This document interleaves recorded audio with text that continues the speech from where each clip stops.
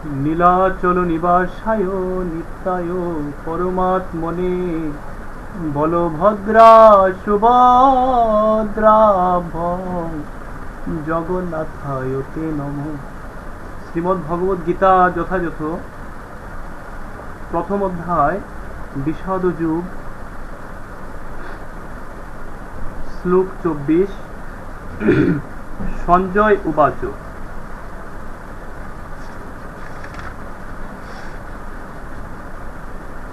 এবম উক্ত ঋষিকেশ গুড়াকেশেন ভারত সেনয়োভয় মধ্যে স্থাপয়িতা রথ উত্তম।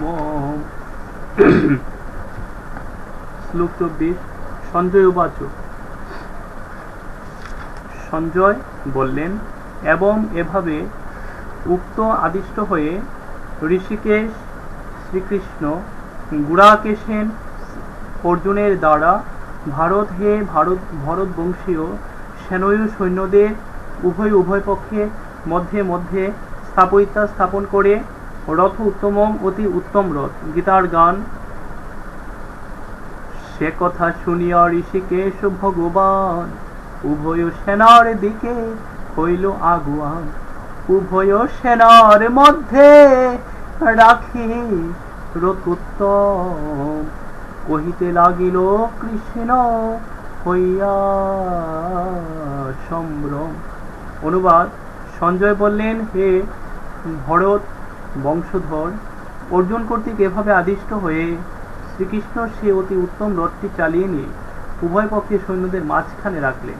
তাৎপর্য: এই শ্লোকে অর্জুনকে গুড়াকেশ বলে অভিহিত করা হয়েছে।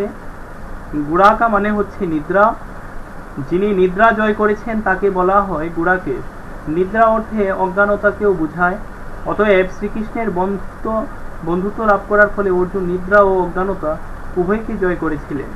শ্রীকৃষ্ণের পরম ভক্ত অর্জুন এক মুহূর্তের জন্য শ্রীকৃষ্ণকে বিস্মৃত হতেন না, কারণ এটাই হচ্ছে ভক্তের লক্ষণ। শয়নে অথবা জাগরণে ভক্ত ভগবানের নাম, রূপ, গুণ এবং লীলা স্মরণে কখনো বিরত হবে না। এভাবে কৃষ্ণ ভক্ত সর্বদাই কৃষ্ণ চিন্তায় মগ্ন থেকে নিদ্রা এবং অজ্ঞানতা জয় করতে পারেন। একই বলা হয় কৃষ্ণ ভাবনা বা সমাধি। ঋষিকেশ অথবা সমস্ত জীবের ইন্দ্রিয় এবং মনের নিয়ন্ত্রণ হবার ফলে শ্রীকৃষ্ণ অর্জুনের অভিপ্রায় বুঝতে পেরেছিলেন, কেন তাকে সৈন্যের মধ্যে রথ স্থাপন করতে বলেছেন। এভাবে অর্জুনের নির্দেশ পালন করার পর তিনি বললেন, হরে কৃষ্ণ।